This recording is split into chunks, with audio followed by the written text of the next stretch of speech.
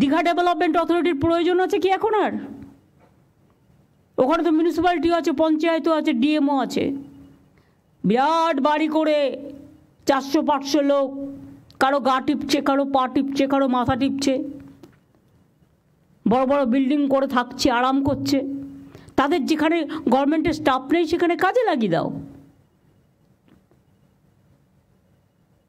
হলদিয়া development অথরিটিও তাই, হলদিয়া তো municipality আছে। লাভটা কি হলো?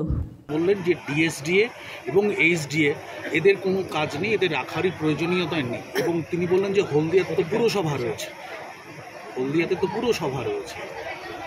এই নিম্ন মেধার অর্ধশিক্ষিত মুখ্যমন্ত্রী হলে যা হয়, এই সব প্রতিষ্ঠানগুলো তৈরি হয়েছিল বিগত সরকারের আমলে বা তার আগের সরকারের আমলে। সিদ্ধার্থবাবু, বিধান রায়, জ্যোতিবাবু এদের আমলে সব তৈরি হওয়া এইসব প্রতিষ্ঠান। এদের উদ্দেশ্য ছিল পৌরসভার কাজ আলাদা।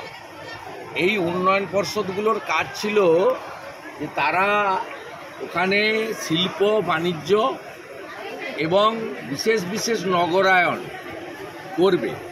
কলকাতাতে যেহেতু কংক্রিটের জঙ্গল হয়ে যাচ্ছে, কলকাতা থেকে বেরিয়ে গিয়ে মানুষ কল্যাণীতে বসবাস করবেন। এই কারণে ডক্টর বিধানচন্দ্র রায় দীঘা বলুন, চিত্তরঞ্জন বলুন, দুর্গাপুর বলুন, বিধাননগর বলুন, কল্যাণী বলুন, সব তিনি সৃষ্টি করে গেছেন তার সময়কালে তৈরি। এবং হলদিয়া পেট্রোকেমিক্যাল যখন সতীশবাবু লড়াই করে এখানে আইওসি রিফাইনারি আনেন, কোর্টকে ছিনিয়ে আনেন বিজু পট্টনায়কের সঙ্গে লড়াই করে হলদিয়াতে, ধামরা ভার্সেস হলদিয়ার লড়াই করে, তারপরে এখানে হলদিয়া পেট্রোকেমিক্যাল আসার সময়কালে তদানীন্তন সরকার জ্যোতিবাবুর নেতৃত্বে তারা এখানে হলদিয়া উন্নয়ন পর্ষদ গড়েন এবং এই প্রস্তাব দিয়েছিলেন হলদিয়া নোটিফাইড এরিয়া অথরিটির যিনি প্রয়াত চেয়ারম্যান ছিলেন বলাই সখা ভৌমিক। তখন লক্ষণবাবুরও নাম বন্ধ ছিল না, অনেক আগের কথা বলছি। আমি ইতিহাস পড়ালো, এখান থেকে প্রতিনিধিত্ব করেছি আমি দুবার এমপি।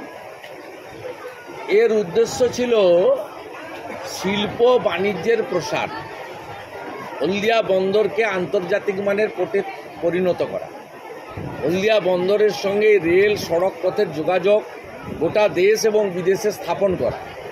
এর কাজই আলাদা এইচডিএ। উনি 11 সালে এসে এগুলোকে আস্তে আস্তে তুলে দেন। কি করেছেন?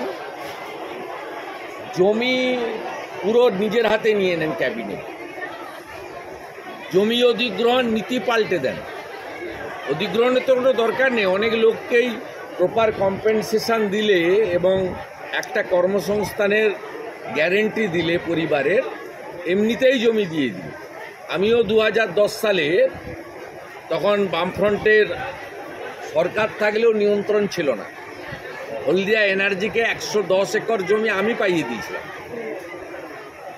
বুদ্ধবাবু হাত তুলে নিয়েছিলেন, সঞ্জীব গোয়েঙ্কা আমার কাছে লোকজন পাঠিয়েছিলেন, আমি এডি